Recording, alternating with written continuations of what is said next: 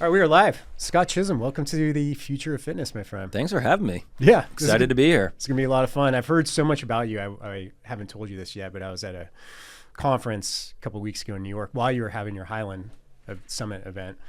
And it comes up a lot that I live in Whitefish. People seem to like that a lot. And obviously we're sitting here in Whitefish. And in real life. In real life, yeah, IRL, as the kids say. And your name came up. They're like, oh, do you know Scot Chisholm? I'm like, how is this coming up in this context? So your name's getting out there, obviously, in more, outside of your specific verticals and what you do into the fitness and health industry. And there's a lot of things I want to talk to you about today. I mean, obviously your background at Classy, what you guys are doing at Highland, and even probably most exciting, I think, relevant to our industry is the Haskell Creek. I'm going to call it the experiment that you're working on right now, yes. which has a huge opportunity to scale. I think it's super interesting. I think a lot of people within our industry are going to be interested to see how this thing goes and how you operate it and how you move it forward, because wellness retail, or as you say, holistic pharmacies, things like that, I think are going to be in very, very high demand now, right? Currently, but moving forward for a lot of different reasons that we can discuss today. So, all right, man, I'm going to stop talking. Give us a little bit of background into yourself, maybe the story about Classy, where you came from, all that, and then we'll take it from there.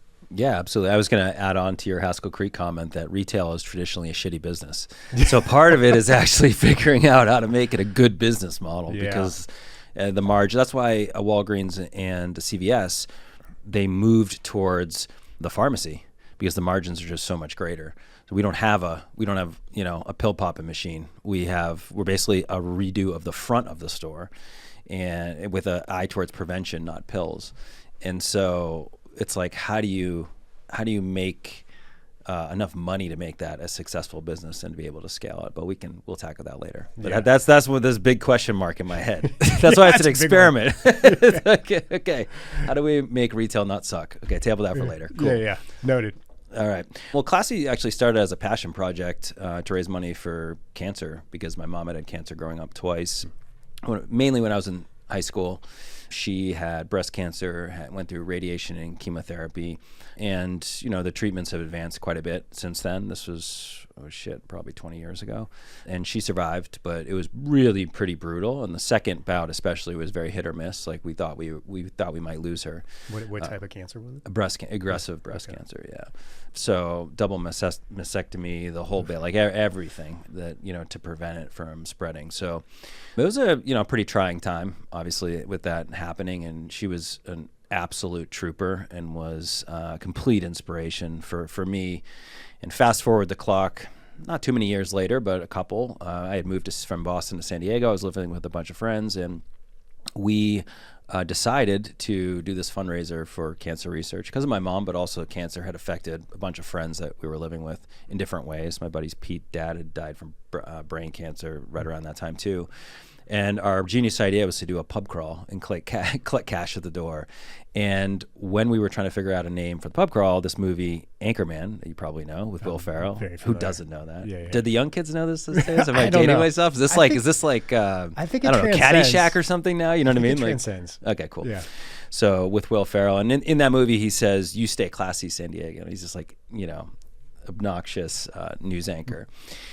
He also says, "Fuck you, San Diego," which is a great scene. But we took the Stay Classy San Diego and we said, well, why don't we name the pub crawl the Stay Classy Pub Crawl? Never thinking in a million years it would go anywhere but that. A bunch of degenerate friends in Mission Beach, California, trying to raise money for the Cancer Society.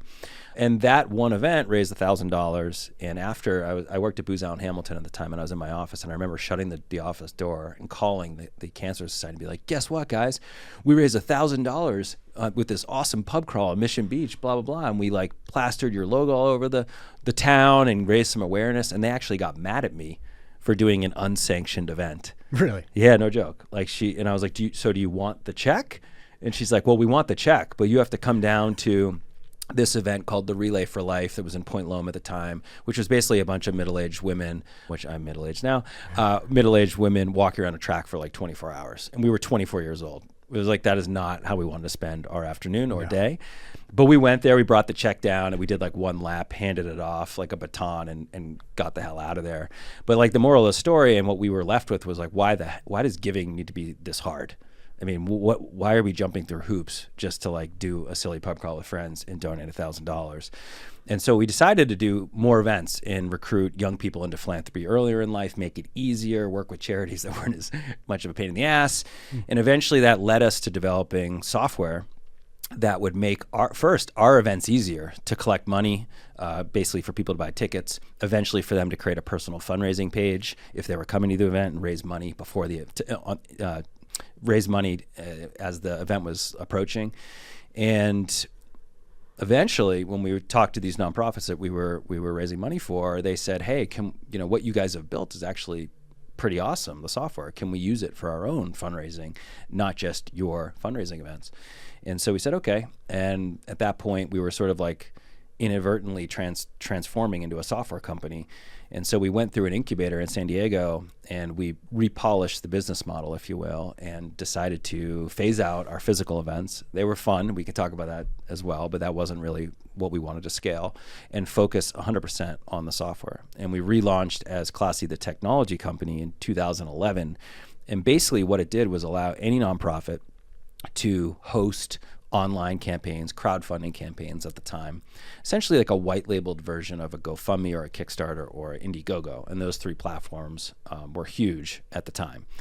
And so we were the charitable version of that. And no one knew who Classy was because the charity would be able to go in and basically launch these campaigns with their own branding. So we'd be like the little like powered by Classy at the bottom, almost like Shopify or Squarespace, the same relationship you have with those companies you would have with Classy. So we're basically B2B SaaS that allowed you to launch these campaigns fully equipped with your own branding. And we went out with that and it started to gain traction. I'm sure we'll dive into the journey, but 10 years, almost 15 years later, we were acquired by GoFundMe. So we're actually a subsidiary of GoFundMe now.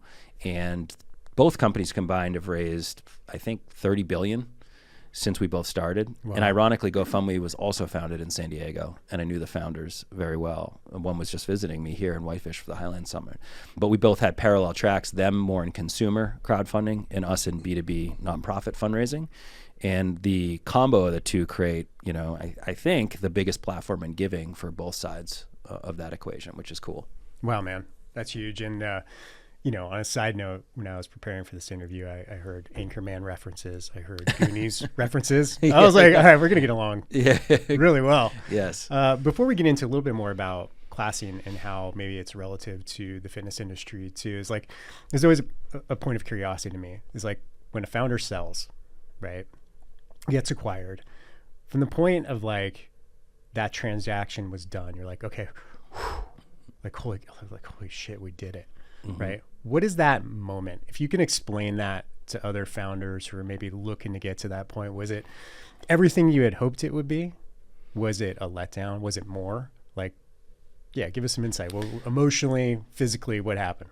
So that's a great question. I would say for our particular situation, it was complex because it wasn't an all cash deal. It was cash and a very much large amount of equity. So I still own equity in GoFundMe. So I'm a shareholder of GoFundMe. So the journey's not done. And so for that type of transaction, it's less about walking away with a huge sum of money and riding off into the sunset. The two companies truly came together because they felt like the future combined was better. And this is cliche, but truly this is why we came together. Neither could build the other side. Classy was never going to build a GoFundMe. GoFundMe is probably never going to build a Classy. So it just made sense to come together and to be able to bridge the gap between individual donors on the GoFundMe side with the nonprofits on the Classy side. So if you donated to a campaign, let's just say there's a school shooting or something, terrible event, you're really passionate about it, you go and donate to that campaign. Well, perhaps you're interested in some of the nonprofits that are tackling gun violence from different angles at a root cause. And that would live on Classy. So maybe you would be introduced to that nonprofit, you would give to them over time. And that was the thesis of the whole very large acquisition. And it boiled down to that, basically a customer thesis, essentially. Yeah. But to get back to your question, how did it feel? Well, I think it felt, when you're going through any deal, and we had raised $118 million Series D prior, so that I want to hit on that a little bit too. And that had a secondary component where some of that was returned to shareholders. So it was kind of like a combo deal. And because we did the Series D, that actually allowed us to do a transaction like GoFundMe, or else we probably would have demanded it to be all cash. The shareholders would have. But because we had done the Series D, that allowed us to do this more maybe progressive deal, almost semi-merger with GoFundMe, where, you know, we're better together type of thing, which was awesome. So the timing of that was really interesting. And normally you don't go sell your company 6 months after you raise $118 million. We did. And so it just shows you that we really believed in the strategic rationale. I mentioned earlier the GoFundMe founders grew up in San Diego. So, our companies grew up together in San Diego.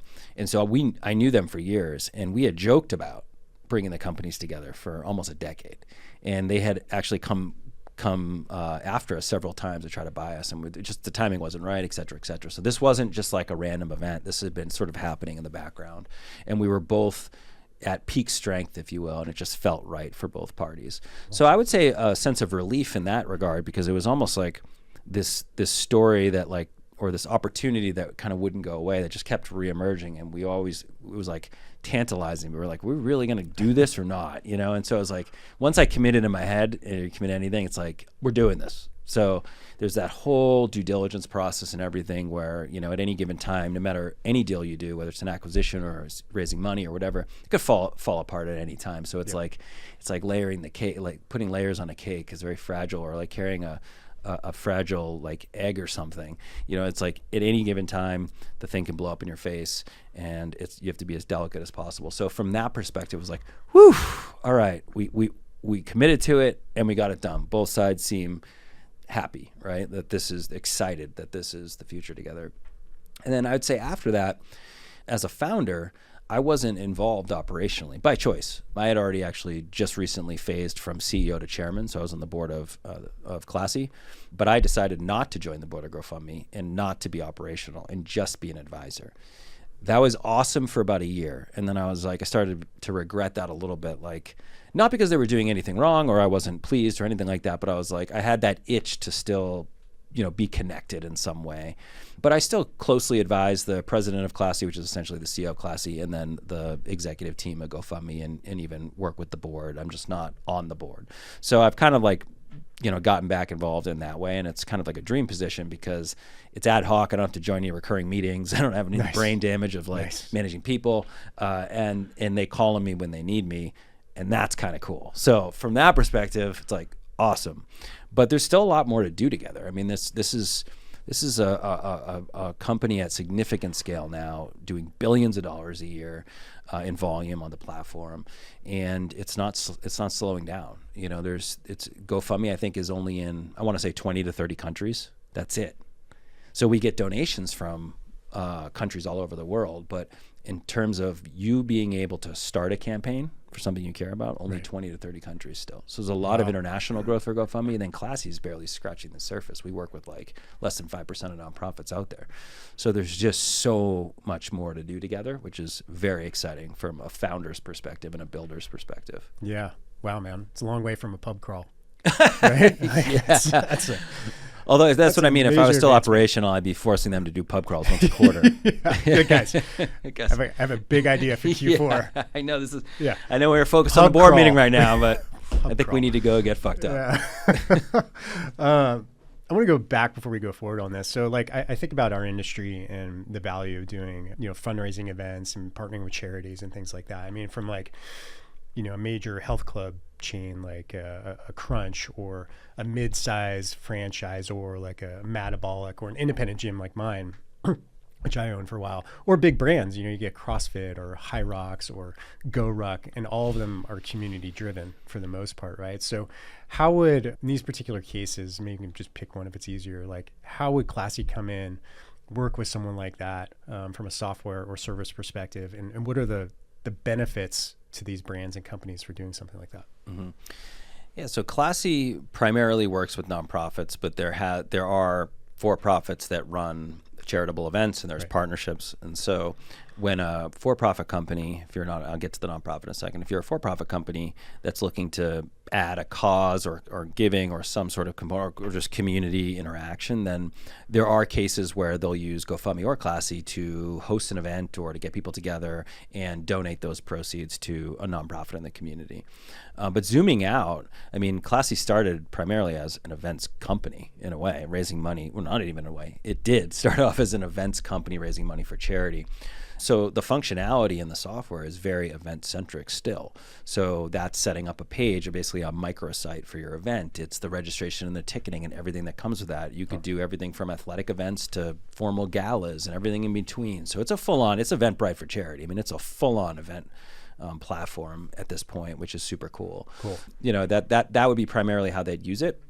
But the value of events for a business or a nonprofit, I mean, I think people severely, especially in 2024, undervalue what an event can bring to the business and how that drives connectivity with your customers and the broader community.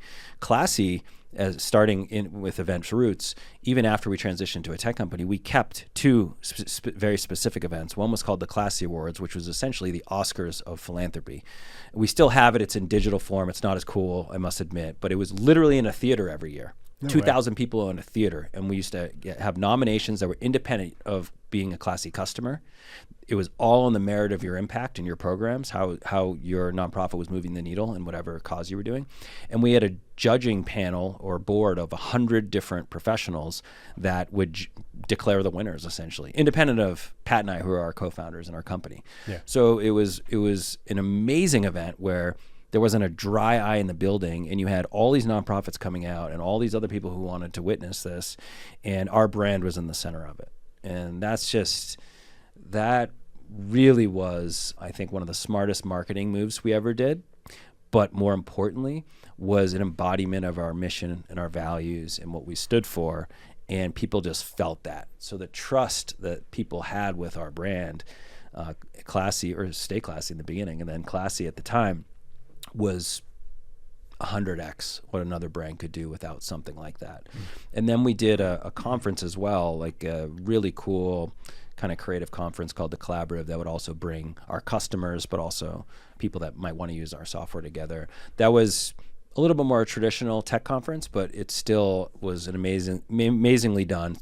And again, it's all about driving that community across, having your brand create community, essentially. Yeah. We've carried that forward with Haskell Creek as well. I mean, the events are a way to get this community together. And it isn't, there isn't a straight ulterior motive with events, and it's hard to actually even draw a direct line to the ROI sometimes. But you just have to, when you witness it and people come and then they start talking about it, I think it becomes very apparent that it's valuable somehow. Maybe indirect, might be a dotted line, but it is helping your business grow in some way.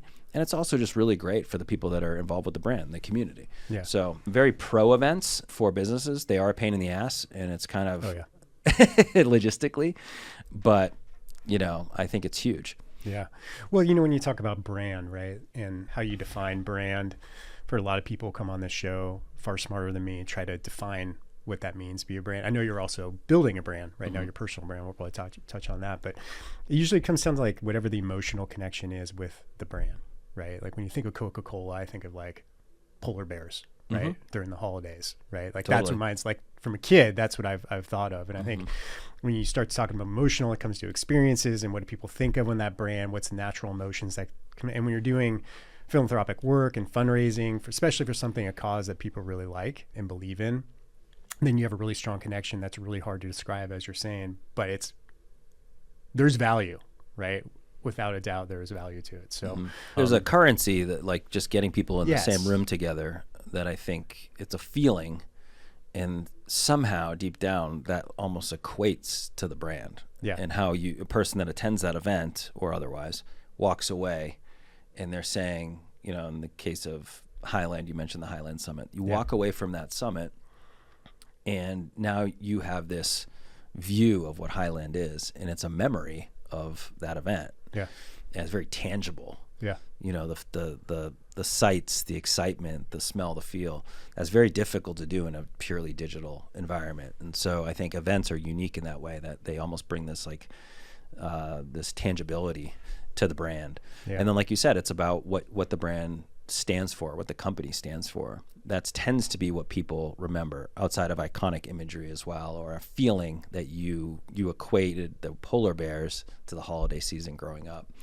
But I think at its heart, for me, yeah, it's you know, all this, the Simon Sinek thing, right? It's like it's yes, we sell software for nonprofits, but what does the Classy brand really stand for? Like, why are we even doing this in the first place? And for us, it was a lot about the origin story and having a problem ourselves running into that. And that touched a broader problem, which was basically just lots of people want to get involved with causes, and it's too hard right now. Yeah. It's too hard. You're literally losing support because of that. And then we ended up taking a position, our brand took a position via the Classy Awards, this award show I was talking about, that propped up the leaders of nonprofits and said, and a lot of the leaders of nonprofits have a little bit of an inferiority complex with their for-profit peers, leaders leading for-profit companies.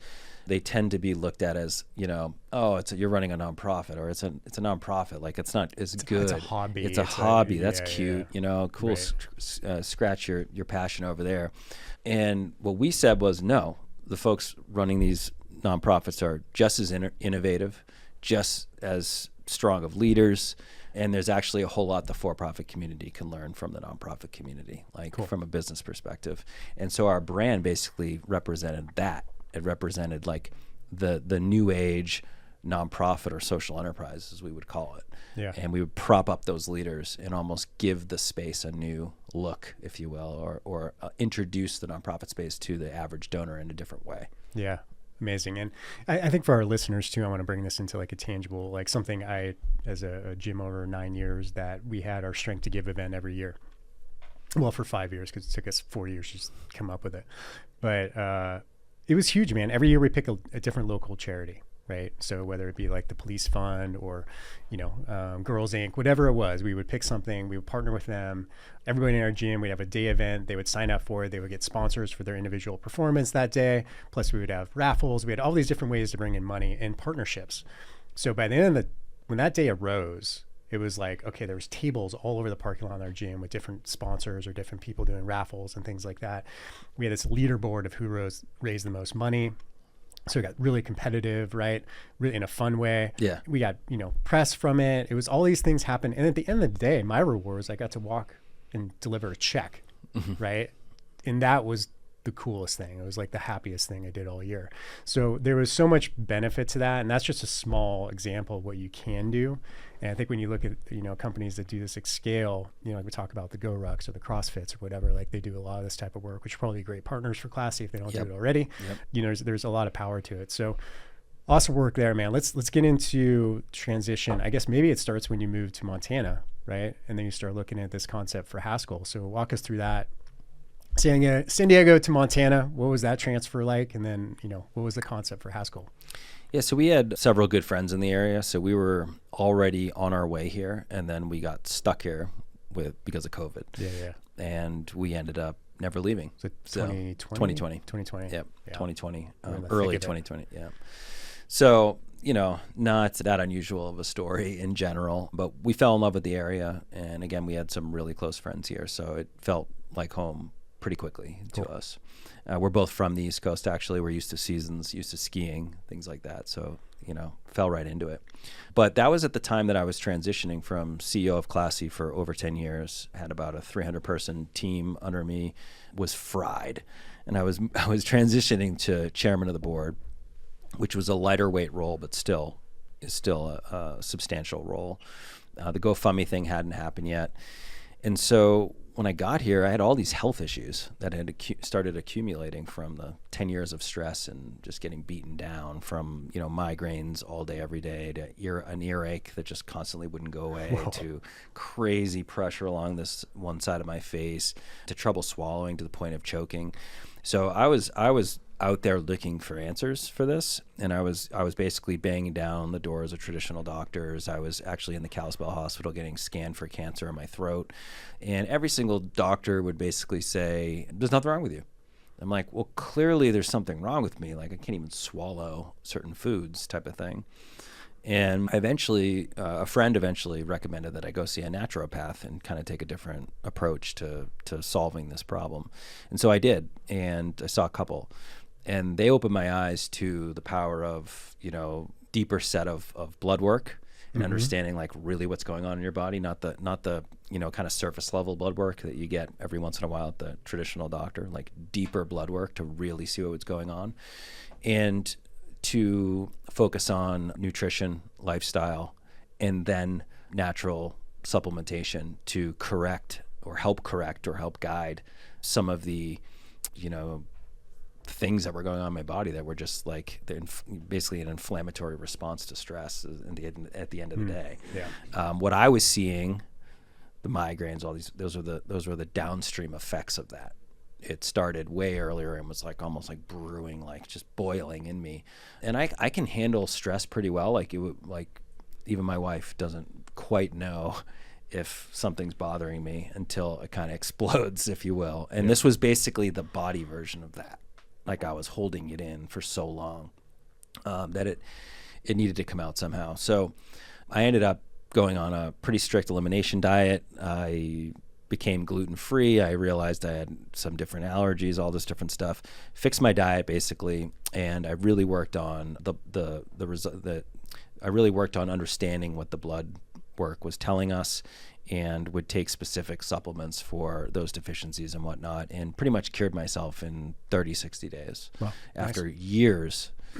And so it opened my eyes to the power of that path of solutioning and understanding your body, listening to your body in a more holistic way. And the traditional doctors not only said nothing was wrong, they offered to put me on whatever medicine, a painkiller here or whatever. And there's so many stories out there of being overprescribed opioid or something, maybe with good intention, maybe innocently enough, and then that turns into an addiction. Yep. And that just kind of sent me down a rabbit hole of saying, like, this is pretty fucked up. Like, how is, why are we prescribing these types of drugs to everyone when there's a more preventative approach? And I'm certainly not the first person on earth to think there's way more people that are deeper in this space. But to me, it was almost just like an awakening. I was like, wow, this is crazy. There's a whole world of people working on this type of stuff. And naturopaths, if you look it up on, maybe they've changed it at this point, but if you look it up on Wikipedia, the definition of a naturopath is almost like kooky science. Yeah. It's pretty ridiculous, the perception of that group of individuals who are doing phenomenal work, and a lot of times are testing methods to cure illness in ways that are much healthier for you than the traditional doctor or hospital, in a much less invasive way. So it really made me appreciate, kind of like the Classy Awards with nonprofits, it made me appreciate this group of professionals doing this work. And it was also very difficult outside of visiting a naturopathic doctor to find any of these medicines anywhere, these supplements, these high quality supplements, and understand how to take the blood work results, and translate that into what I should take and how to fix myself. And so we ended up conceiving we ended up conceiving Haskell Creek to basically fill that void, to create a brick and mortar store that would allow someone to go in and shop for the highest end supplements. But also we started expanding also into skincare and lifestyle products and anything that could basically work on your preventative health. Cool. And avoid the pharmacy and pills. And so we kind of call it a healthier alternative to a Walgreens or a CVS now. But it started with that simple problem of, how do I fix myself, my own problems, and how can I find the medicine, the holistic medicine that I need under one roof. And it just didn't exist. There's a platform called FullScript that a lot of naturopaths will send you to. And I think that they've done pretty good work, but they pretty much have a stranglehold on the industry. Oh, absolutely. And a lot of naturopaths and doctors in general send their patients there because they don't really have an option. And so we started to hear that more and more and more too from the doctors themselves. We'd love to send our patients somewhere local. And in fact, when we finally opened, we just started seeing patients come in and say, "Hey, my doctor sent me here for X." And that was like a huge light bulb moment. Like maybe we could like simulate the doctor-patient relationship that Walgreens or a CVS has with the pills in the pharmacy, but in a more holistic way.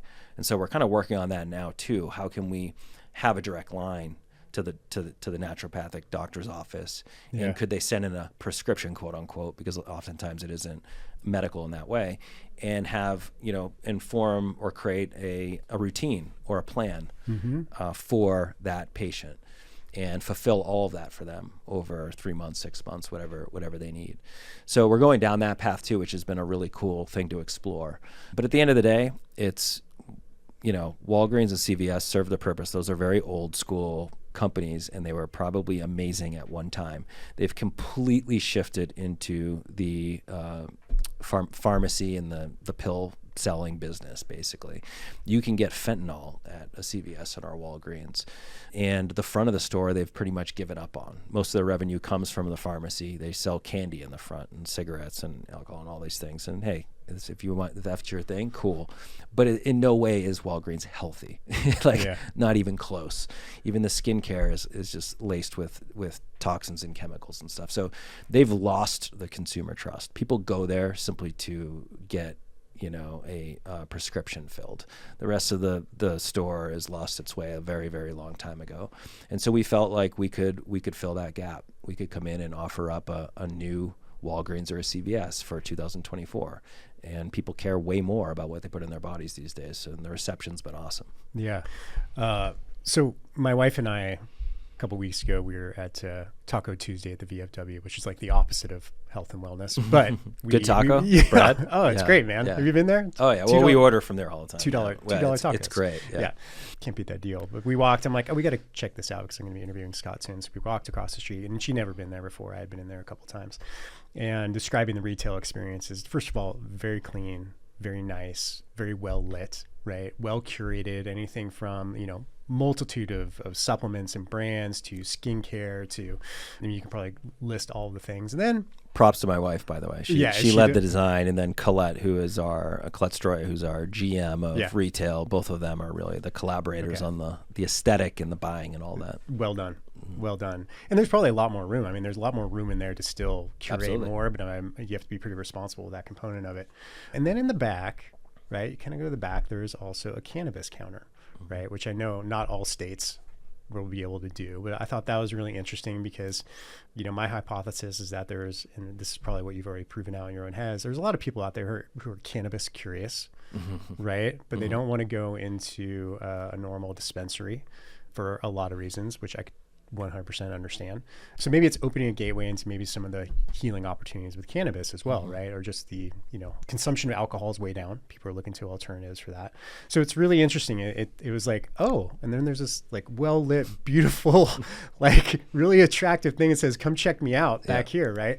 So give us some insights into how you designed it. And it's on the corner. It's, the location is amazing. I don't know how you nailed that. I drove by that location back when it was like Himalayan sea salt, whatever it was that they were selling there. I saw the remnants of that business when we were demoing. Yeah. It was a huge salt wall in the middle of all the construction. Yeah. Morgan has been around for a while. I could probably tell us what that was all about. But I always thought it would make a good location for a donut shop, but you're obviously doing something much healthier for the community. So I appreciate that you did that.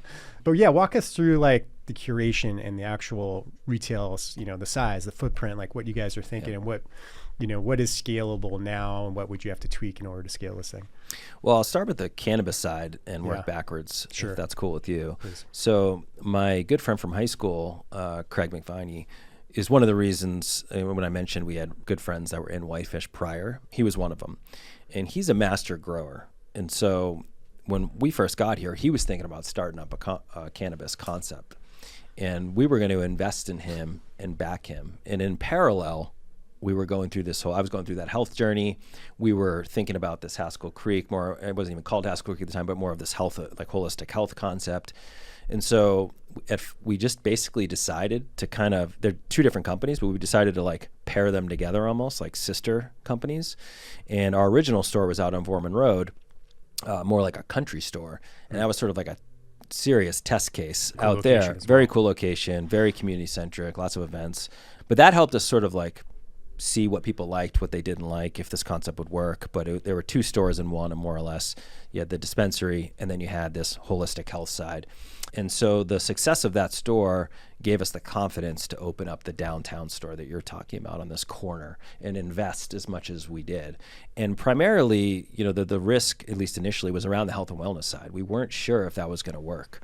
Cannabis, it's a little bit more straight down the fairway. There's going to be people that, as long as you're doing it high end and quality, which we do, we don't use any chemicals or anything. It's most of our products are solventless, so very, very high end line of products that we do all in house. And Craig's and the team at Cannabis Counter are brilliant with all of that. I can't take much credit outside of the branding, the packaging, and that type of thing. And the aesthetic was was my wife. So we kind of have helped him on the brand side, but we're partners in that business too. But downtown, we decided to pair them together again. There's a hallway, and they're clearly 2 different stores. But we do see quite a lot of crossover, especially for people that are interested in, sleep, pain relief, those types of categories. And what we didn't expect was that the demographic of the Cannabis Counter would slant as old as it has. So 60 and over. No way. I mean, it's definitely younger too, don't get me wrong. Yeah, but that store is not like, bong ripping hippies. Like, it's not like us in our, in college or something. It is people with specific ailments looking to go fix those ailments, specifically pain relief and sleep being the number 1 and 2. And so we designed our products with, sort of these themes or these categories, feeling categories, we call them. And so, certain products help you sleep, certain products help you relax, certain products help you even focus, certain products help you socialize, if that's a thing. And that really helped the consumer identify what they're looking for, and it pairs them to the strain of plant, because each strain is a little different, and then they can use the product for that specific thing. That was a huge breakthrough in that business, because it just made it more accessible, made it easier to understand. Mm-hmm. It didn't put things in such like crazy old school weed language that the average person didn't get. And so it opened up a whole nother market, if you will, for these cannabis products. And again, it's slanted older, but it slants female. It's a lot of people that just you would not expect to be in a dispensary, because it doesn't really look like a dispensary. We have our products out on the shelves, not behind bars. There's no policeman at the door. Yeah. So people thought we were crazy for some of these things, and we didn't. We just thought it was. Isn't that how you just treat customers? Like, what are they going to come in and just grab a bunch of shit and run out? Like, if that happens, oh, well, we lost some money on that. But that's such a rare, that's just probably not going to happen. Yeah. Do you really need things to be secured down it's Fort Knox? No, probably not. Let's just treat them let's not treat our customers like criminals. So that was kind of the ethos of that business. Now back to Haskell Creek. The curation, it was very centered around supplements initially, really trying to figure out what are the highest end supplements, what are the most tested supplements, what are the brands that people can really trust. We tested everything on ourselves, basically, like a Tim Ferriss style. We became the guinea pigs, truly. And we identified probably 5 core brands, and that became part of our formula for the rest of the store. Rather than having 20 brands or 20 types of vitamin B, we want to have the best 1 or 2 brands for that specific thing. Yep. And that keeps the store less cluttered. It keeps it not feeling like a GNC or the health aisle at some grocery store that's just packed to the brim with as many options as possible. It keeps it clean and simple. And curation and the research becomes our superpower. So we actually have a very small team, but my wife and Carrie do a lot of this themselves. We actually have another couple of people that help us with the research. We have doctors that we go out and use as an advisory board. So when you see a product in Classy, I keep calling it Classy. When you see a product in Haskell Creek, we got all worlds just blending together right now. It's muscle memory. Yeah. When you step into Haskell, you know that it's been researched. That product's been researched. It's been vetted. And if in the rare case that someone says, hey, this product has X in it, did you guys catch that? And we didn't catch it. It goes immediately to review and we'll pull it. It doesn't matter how cool the brand is or anything. We'll say, because we have a banned ingredient list and we take it very, very seriously. And I think that trust is paramount to the model. And the curation and just going up, beyond the the average distributor, book that you can buy, whatever products, like really searching for these brands that are trying to do it right all over the country, if not world, has become the superpower of the store and what customers come back for. But we ended up expanding beyond supplements to skincare, to like lifestyle products, from healthy sleeping and bedding to lighting to, Blu-ray glasses. I mean, we've really spanned the different categories. But what we did was we looked at a Walgreens and a CVS and we said, what are all the categories that they cover outside of greeting cards and candy and cigarettes? Yeah. Would we want to have a healthier equivalent for all of these or some of them? And where we ended was about 80% coverage against a Walgreens or a CVS. So what you would expect to buy in a Walgreens or CVS, probably 80% of that you can find in a healthier alternative in Haskell Creek. Yeah. But we started kind of narrowly and we just kept expanding. Like you said, we're going to continue to expand. And in the future, hopefully by next summer, we're adding a very limited menu, but awesome, healthy cafe as part of the concept as well. And so that's going to have like smoothies and salads, and it's going to be very focused on like a brunch, almost like breakfast and lunch, because that is missing here. But most importantly, yes, it's there. Thank you. Most importantly, we're putting it in there to showcase the products that we have in the store. So when you buy a smoothie, think like Jamba Juice, but healthy, you can add boosts and things to that smoothie. Well, guess where that's coming from? It's the supplements and stuff that we sell in the store. So we're going to be showcasing that through the cafe, which we're really excited about. And we plumb for that. That's why there's that awkward like bar when you first walk in. That's actually the cafe. Okay. Yeah. Okay, that's why it's there. Yeah. All right. So there's extra space in that left side too. There's going to be tables and stuff, and there's going to be a bar at the window that you can sit at. Yeah. So it's very specific, very narrow. It isn't a place that you sit down and work for hours necessarily. It can be a little bit of a social place, but it's more grab and go, and it's more to showcase the products. But like we're getting a little team of chefs to help us. Like it's going to be an awesome menu. Well, I know I have a lot of friends in this industry who are going to be interested in this retail concept because they love this stuff. I'm thinking Brandon Cullen, Stuart Brower, Lisa Keeker. I'm talking to you. You're probably going to want to come check this stuff out. But the curation of the supplements is huge. And even like I've been in this industry for a while, and I probably forgotten more than I remember about like supplementation and all this stuff. Even then, when I want to go buy some creatine, my experience is like, okay, I know there's a couple brands out there I trust, but I'm not going to do the research, man. And I don't believe anything that says on the website. And I know you guys have some really good. You have Thorne, you have Momentous, you have some really high end brands. Symbiotica, yeah. So the curation, I think, is what people would be willing to pay more for. Exactly. Even if they don't pay more for it, right? No, it's exactly right. It's the thing that takes the most time. And other companies, frankly, just aren't willing to do it because a lot of times the supplement side of their business isn't their core business. Yeah.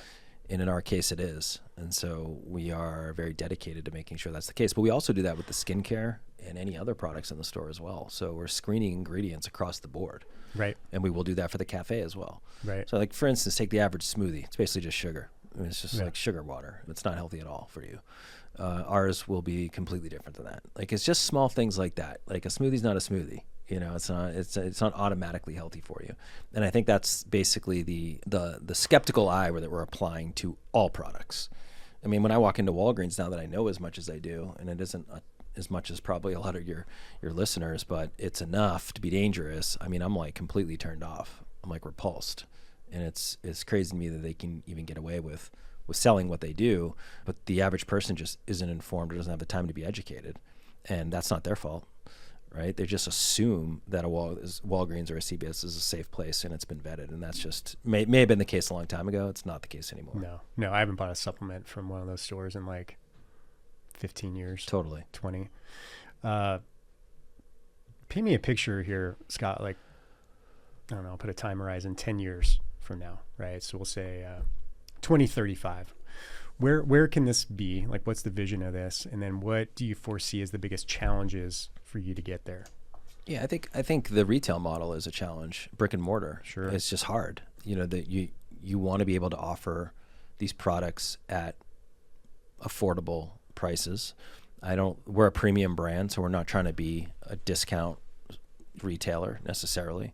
But you can't mark them up 500% to make the model work for you. There's real costs that go into running a brick and mortar business, hard costs that are very different than a software business that I'm used to, from the staffing to the rent to the everything. All of that adds up quite a bit. So it's a low margin business in general. So one of the biggest things that we're trying to figure out is how do you make it a solid business model, solid enough to want to do a second store, want to do a third store. You do get some economies of scale there, but there's still a fundamental core question of how do you make each store successful in its own right? How do you make it a good business model with enough margin there to incentivize everyone that's involved to want to do more? People typically will open store. There's a lot of models like that where they go after 100 stores, 1,000 stores, because that's where the money's made. Each store maybe makes 100, 200K on the bottom line, but you add that all up and then it's a lot. We don't really want to do that. Like, we want the store to be really successful for the community, but also successful as a business. And when we got into the Whitefish downtown one, we said, if this is the last store we ever open, we're okay with that. As long as it's like great for the community. That's the starting point. That's the first principle of this. Second is, can we make this a good enough business model where we're not selling, we're not looking for investment or anything like that, but an investor would come in and go, oh, that's a really attractive opportunity. If we could get it to that point and the margins to look decent enough, then maybe we'll open a second and a third because it makes business sense. But we're not doing it to open multiple stores. We're doing it for the community first. We're kind of, like you said, it's a big experiment. We're sort of tweaking the business model here and there. And by the way, the business model is also, it's not just the products we sell, it's the cafe. It's the frequency in which people come in. So if you shop there once a month versus once a week, that's a big deal for a retail business. So it's the frequency. It's our relationships to the doctors and getting their patients to come in. So it's multifaceted. It's not just put shit on a shelf, mark it up, and then sell, you know what I mean? Like, you have to have a multidimensional business model, I think, these days to make it work. And then people always go, well, why don't you just also sell that online, or why don't you ship and all those things? And sure, that we could do that over time, absolutely. But right now, people come to us because of the convenience, because of the community, because we're there. It's a real human. They can ask questions. When you move online, now we're automatically competing with the biggest retailers, online retailers in the world. And that's just another whole ball game. And in 2024, you just don't have a lot of people that are solely focused on brick and mortar, which is kind of like the irony of the whole thing. It's kind of a shitty business model, but it also is an opportunity because everyone's focused on digital this and digital that and online this and online. We're like, let's go back to the basics here. People want that. Yeah, exactly. They do. And we're finding people want that. So it's like a really interesting moment in time. Like, if you had said in 2020 or something, or even before that, 18, 19, we're going to open like a chain of brick and mortar health stores, people would be like, what the fuck are you talking about? Yeah. But because of COVID, because it all sort of opened the door, I think, for a store like this to exist. And someone will do this. I've said that before. Like, someone will do this model in some variation. So it's like, why shouldn't it be us? Or at least, we can contribute to that movement in some way, shape, or form, even if it's just in Whitefish, but hopefully it's, in other places too. Well, I think people crave retail experiences, and the important part of what I just said is experiences, right? It's not just, you can't just go to Walgreens and pick up, like, I'd rather just go to Amazon.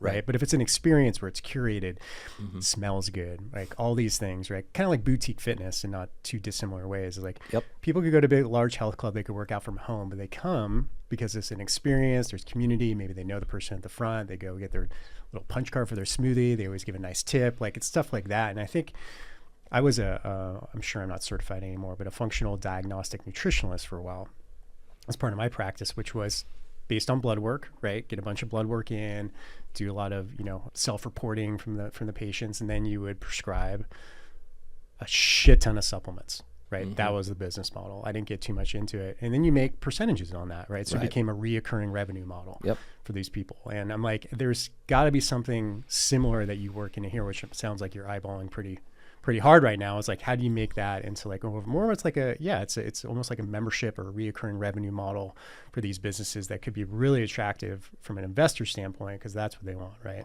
So I mean, what do you see on that front? Like, what kind of partnerships are you looking for? And notice you're talking to people who could be those partners or could point you towards those partners. Like, what are you thinking? Well, the blood work and just other tests, I think, really are the starting point and the unlock, because then that allows a professional, a doctor, to work with that person to say, hey, here's what's going on in your body. Here are some deficiencies. Here, let's get you reset. And then we can be the fulfilling partner to that doctor. We don't want to be the person that recommends or makes we can't make the health advice directly. We want to be there for them so that it's convenient for both parties to essentially go help that person in whatever way they need help. Right now, and I'm sure when you were in your practice, you were using a site like FullScript or whatnot. I don't know if it existed then. Yeah, they have a stranglehold, and what they do is they buy in bulk. Obviously, they store it, and they're able to charge, or they're able to pull massive margins on that and give a revenue share back to the practitioner. And I totally get that from a practitioner's perspective. That can become a meaningful part of their business. It can become right? Most of it. Right, in some cases. But the folks that I've talked to around here, at least, they don't want that to be the big piece of their business, actually. They don't like that relationship with the company. Yes, if there's some sort of incentive for them to operate with FullScript or a Haskell Creek or whoever, then that's looked at positively, but they don't want to be dependent on that or feel like they're in a position where they are pushing those supplements on someone. And I think that's a really fair assessment. It's like, how can we come in and say, all right, well, here's our store. We have these things. You can always trust that it's going to be stocked to whatever degree you want. If you have requests, you can add them, and you can just send your patients right down the street. And most of them feel like just that convenience alone and the trust with us and their patient is more valuable than the financial incentive that they would otherwise receive from FullScript. And that was actually a surprise to me. It was less that they wanted someone to replace the full financial incentive that FullScript gives them. It was more that they just didn't have an option. They felt trapped. And so that's been a really interesting insight lately. And we're just honestly, I'm just going around interviewing practititioners. We don't even have a formal program yet, but we're developing it right now. Yeah. And it's more to understand those incentives and how, how tight of a grip they have on the practitioner community. And what I'm finding is a really warm response to alternative approaches and a high value on the in-person, the convenience, and the warm reception, like almost like an extension of their brand and their practice, but down the street through Haskell Creek. Yeah. So if they feel like you said, the experience, if it's welcoming, if they get what they want, if that whole thing is top-notch, then it's almost like it's their store. It's almost like it's an extension of their business. And I think that's the key right there. So we're still exploring that, but I think it has huge promise, honestly, for the model. Yeah. Well, I think there's, not that it's true, but I think for a lot of practitioners, it feels like a conflict of interest when you're prescribing supplements for someone's health, but then you're earning a commission. Mm-hmm. Right? Yeah, it's kind of like it's like a little bit of a dirty secret. Yeah, it just doesn't feel good. Yeah, totally. Right? And I think fundamentally that's probably what irks people, whether they're willing, or knowingly saying it. Mm-hmm. See, it's very interesting, man. It is very, when you start looking at that, and what about some of the more not fringy, but things like peptides, right? Stuff like that, where like people are really starting to show some solid interest. I would say, HRT and things like that, but I don't think I would ever want to touch that, but it's up to you. But like, what about stuff like that? Are you starting to see possibilities where it could go into that area as well? Yeah, as long as it's vetted enough, or it's not too risky for the business. But again, through partnerships, I think for us, we're the curator of products, and we're also the space that these things can happen, or the relationship between doctor and patient can happen. So I didn't mention before, we actually built in like a practitioner room for local practitioners to see their patients and quote unquote rent that room. We're not charging, but just they can come in there and they can be there, and their patients can see them there. Or we could do blood work days, or we could do esthetician services or whatever right in the space. Yeah. So we'll rotate those services through, but it's kind of along the same lines. If we feel like there's a service that our customers could find valuable, then we're going to put it on the calendar and we're going to promote it. We don't get a cut of that. I don't even know if it's legal to get a cut of that. But like, what's great is we're just convening those folks to a single location, and they know again that we've vetted that and it's trusted. So we can send hopefully our members to different practitioners from around the region. So you build a relationship that way too. Yeah. Yeah. I've always felt on the basic premise, if you're creating more value, Mm-hmm. things will work out. Totally. Right. And that's, you're a successful entrepreneur. You probably see that too. I can't equate the math. I know we're running up on time, Scott, so I want to respect it, but you have a couple other things I want to make sure we touch on too. So you have the Highland group, right? Summit. You just had that recently in Whitefish, and I was super bummed I couldn't make it. I had a conflict. I was in New York that week. And then also you're building your own kind of personal, professional brand in the B2B side of things. So maybe tell us a little about Highland, what you're doing there, and some of the other stuff that you do too. Sure. Yeah. Highland started, really as a coaching program. Initially, just one-on-one. I was coaching some founders, earlier stage founders, typically around $1 million in revenue. They have a product, it's in market, but they're looking to scale it. They're looking to grow it, and liked the one-on-one coaching thing, but didn't feel like that was going to make as much of an impact as I thought I could if in more of a group setting. So we created Highland, which is essentially a group coaching program and community. So it's me actually delivering master classes and curriculum on a variety of topics, business topics, how to scale your business, very centered around leadership, teams, and organizational building, basically all the unsexy stuff that no one wants to talk about. It's a real true operations stuff, because everyone wants to talk about sales and marketing and all that stuff, and that's important. Don't get me wrong. I'm a big sales guy, but the program's actually on like the more meat and potatoes type of business stuff that people sort of gloss over, or they don't want to pay enough attention to until the house, falls inward.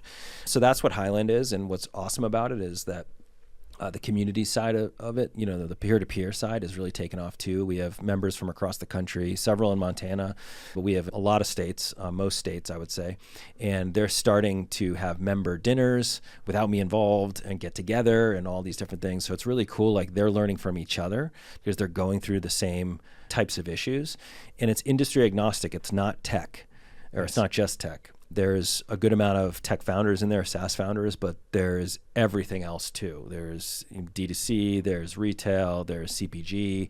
We were just mentioning before this podcast, Alice Mushrooms, the founder of Alice Mushrooms is in there. That's an awesome mushroom chocolate company that we sell at Haskell Creek, and they have other products too. So really it runs the gamut, which is really cool. And why I did it that way was because I learned the most, or I had my biggest epiphanies, if you will, from getting out of my own tech bubble and going into some other space with other entrepreneurs from different industries. And I was hoping that same type of energy would happen here, where it's just like, you don't know what you don't know. There's an always be learning was a classy value, but now it's become a Highland value. It's like, no, you talk to folks in different spaces because they're maybe looking at the world slightly differently, and you can learn something from that, get out of your bubble.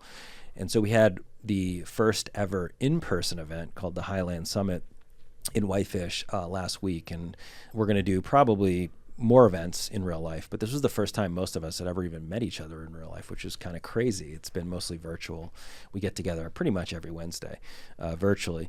But this was really tremendous. We recruited like a bunch of successful entrepreneurs, from the founder of Dollar Shave Club, the founder of Team Rubicon, which is a social enterprise, veteran-led disaster relief organization, et cetera, just tons. And each panel was designed tactically to teach the founders, the earlier stage founders, something about leadership or company building or whatever, content generation, or building a content machine was actually one of the panels. And we drew upon my experience building my personal brand and building an audience, and we created a panel around that, which was kind of cool.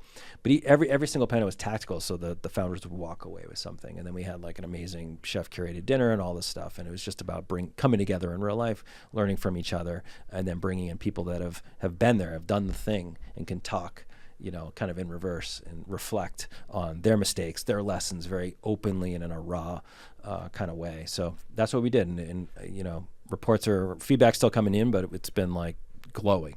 So I think we'll do it again.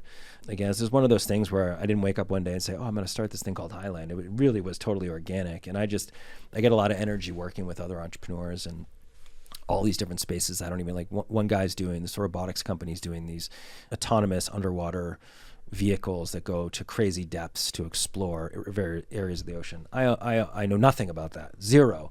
But guess what? Like, the same universal principles around building a team apply to him that they applied to Classy, to anyone, right? Like to a gym owner. It doesn't actually matter. Yeah. It's about people and scaling the people in the company. So that's kind of the common thread, if you will.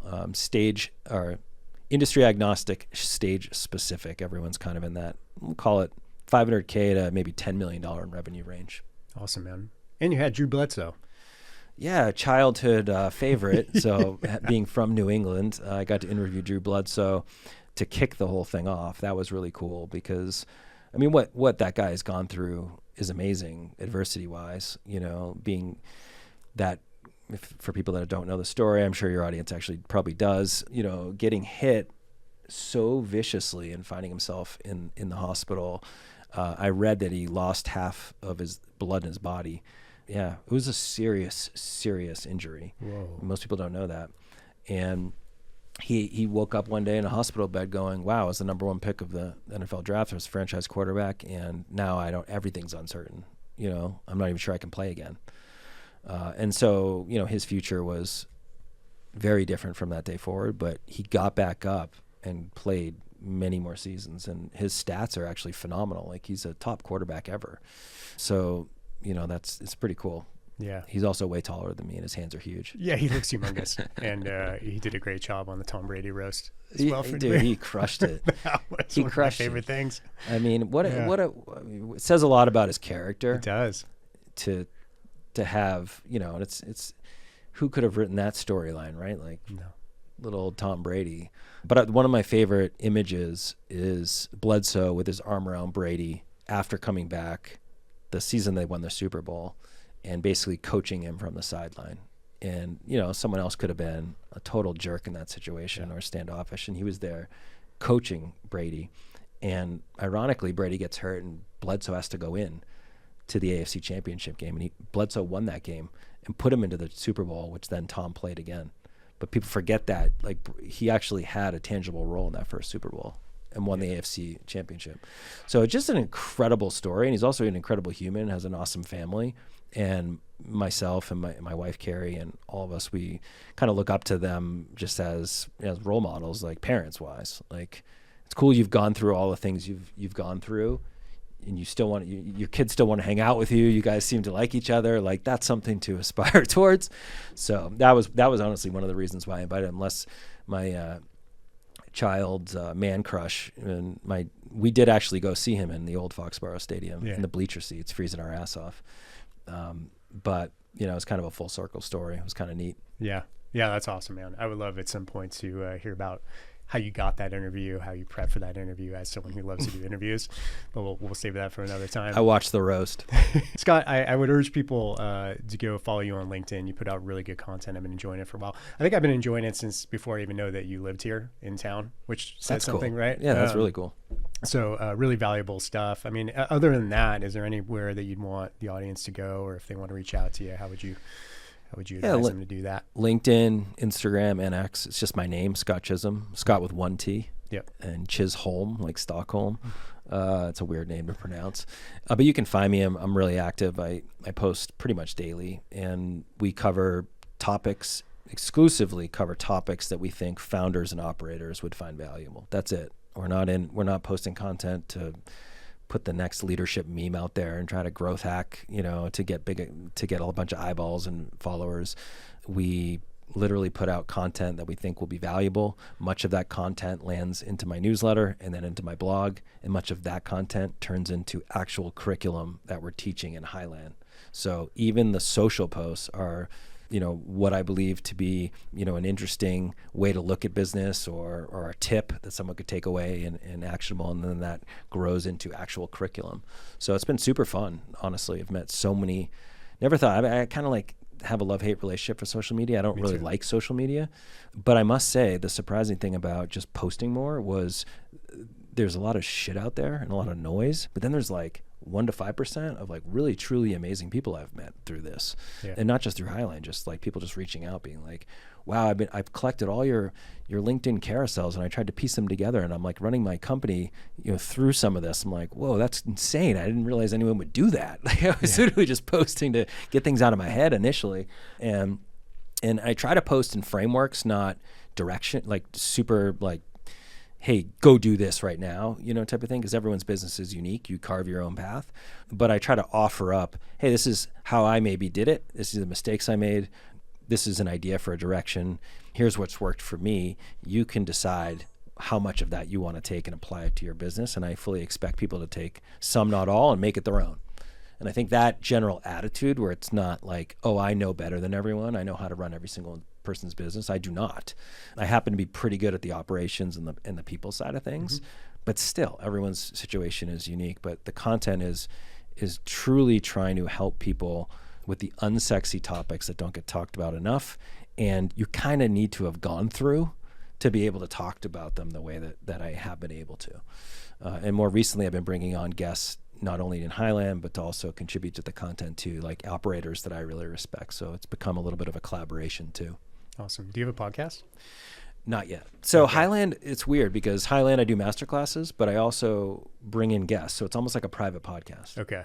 And we're trying to figure out how much of that should also be public and try to hit both sides somehow. It's a really interesting question because it's almost like a private podcast in front of a live studio audience is what it is right now. Right. Which is kind of a cool dynamic. Oh, super cool. But then how do you take that, like just technology wise and stuff, how do you polish that up and make it something that someone would enjoy and not feel super scattered, all over the place? But well, Scott, I think we'll just wrap it up right there. I could talk to you for hours, man, but I really appreciate what you're doing. The content is fantastic. And, I'm sure at some point I can help nudge you to starting a podcast. I've done that a couple hundred times with people. Yes. There's so many great benefits to it, but, yeah, really interesting what you're doing here. Congratulations on all the success at Classy and what you got going at Highland. And I think Haskell Creek, I urge people to go check it out. If you ever come through Whitefish, physically stop in, but at least look from a branding perspective. And if you want more on from a third party of what I think about it when I walk in and my,